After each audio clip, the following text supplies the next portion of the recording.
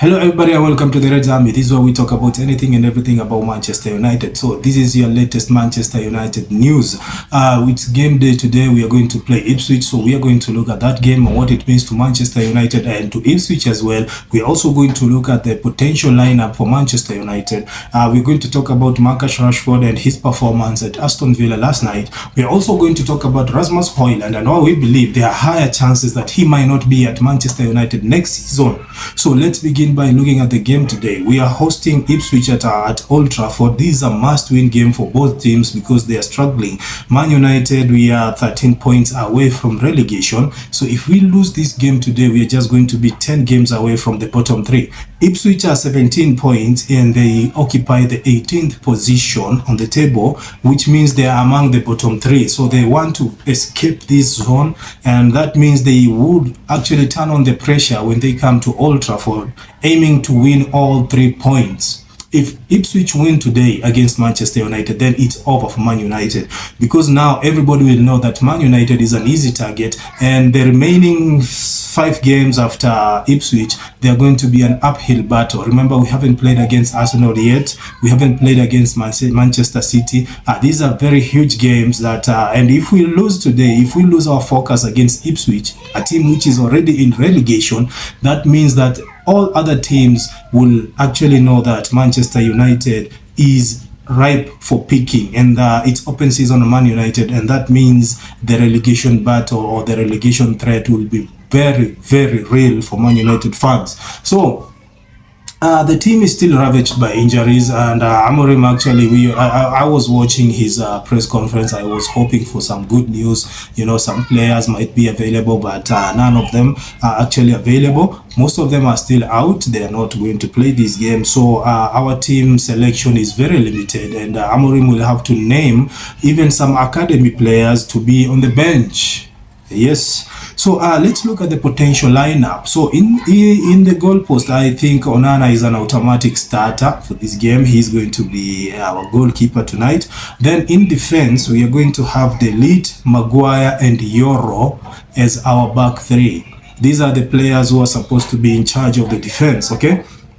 Then slightly above them, we have wing backs. We're going to play Dogu as a left wing back. Actually, if you watched Amorim's press conference, he talked about Dogu. He said that his physicality, speed, and tactical abilities are actually what made him buy Dogu from Lecce, and you could see from the few games that Dogu has actually played for Man United that he's a different breed compared to the current Man United players that we have. He is a player that fits Amorim's style of play, so it's interesting to see how much he can develop at Man United. So on the right wing back, we have Dalot. I believe that Dalot is the only suitable candidate for that position at the moment, and he might actually be able to play that position.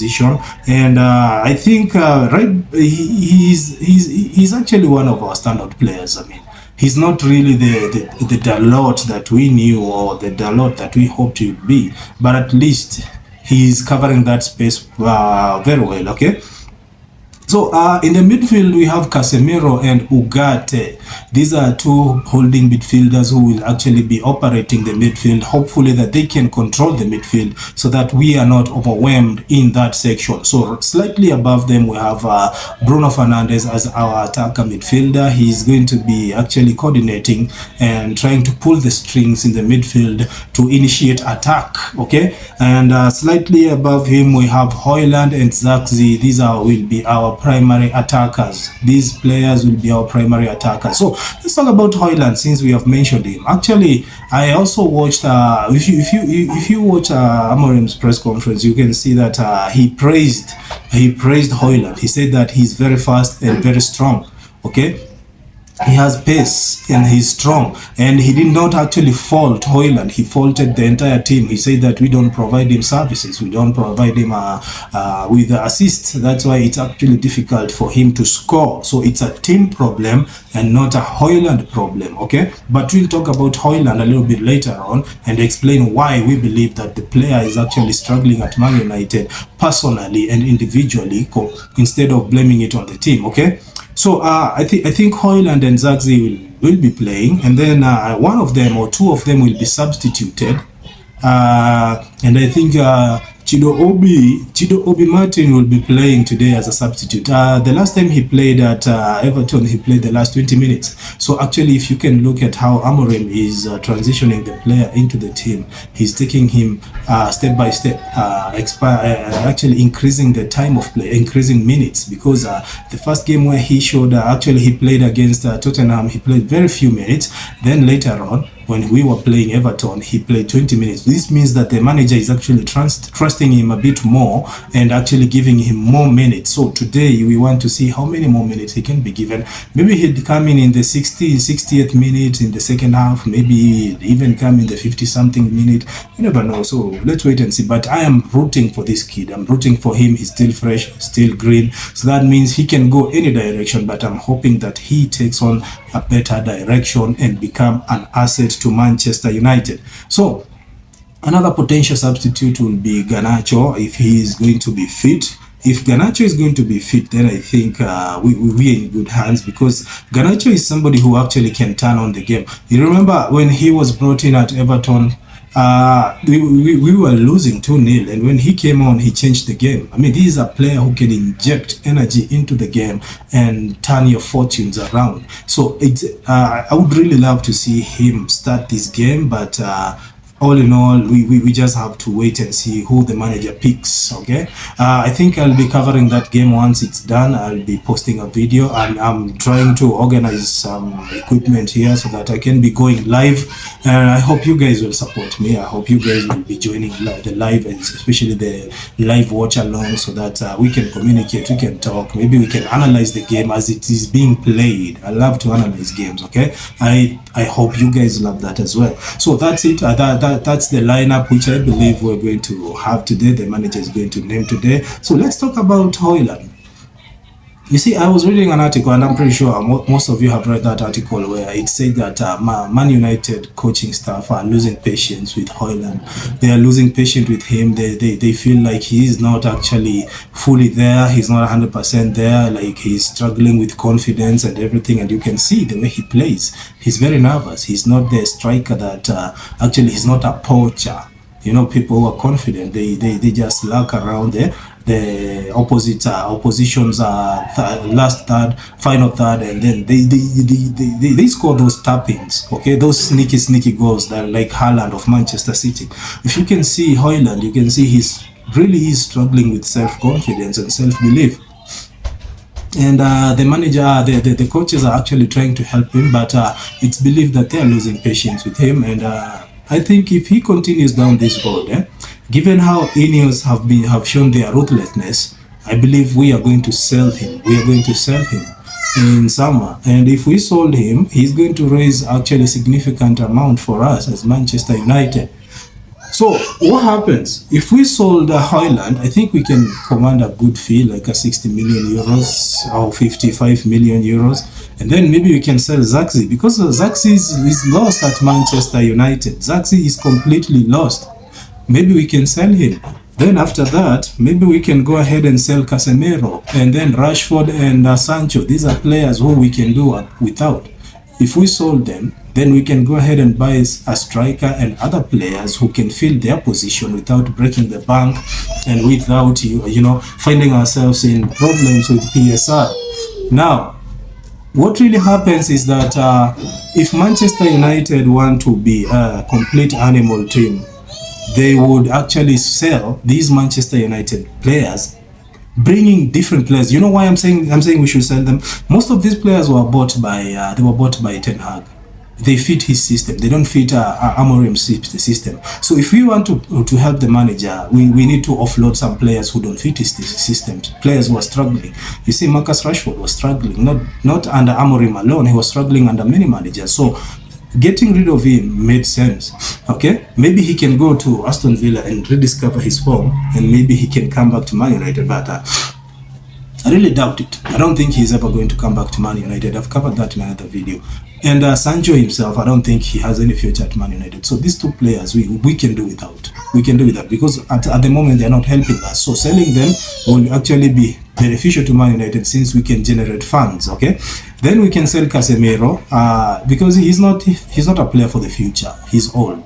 Okay, then we can sell Højlund and Zirkzee. And I'm pretty sure we can raise around 200 million, 150, 200 million there. Then we can go ahead and buy some new players who we can inject into the team, players who fit Amorim's style of play.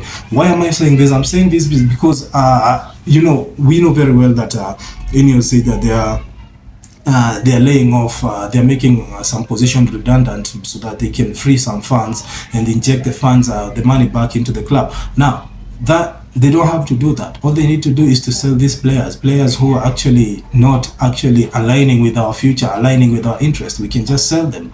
And if we sold them, we can go ahead and raise over around 150 million euros, and this money can be used to buy new players. Okay, if we let go of 5 players in a single window and bring in 5 players without going overboard our budget, I think we'll be safe. Okay, and then if we can, because right now everybody knows that we have to sell to buy. So what's the point of keeping players who are actually not helping us while we can offload them and bring in players who can help us? You see, the problem with Man United is that we don't like to let go players. We don't like to let players go. We want to hold on to them, hoping that one day they will come true to their potential. But this is not happening. Look what we did to Anthony Martial. Martial, at one time, Mourinho wanted to sell him because he knew that Martial is not going to fit into Man United. What happens? The Glazers refused. They said you cannot sell Martial. What happened later on? We had to let him go. Now, right now, it's the perfect time for the evolution to begin. Start by selling these 5 players, bring in players who can actually play to Amorim's style. You don't really have to care what the players you're selling, how they are going to perform once they leave Manchester United. It's like when you are with a toxic person, or not necessarily a toxic person, when you are dating somebody you know you're not compatible with. They're not toxic, but you're not compatible with, but you're afraid of letting them go because you are worried that they will find somebody better than you. That's just stupid. I mean, you should be looking at yourself and looking after yourself first.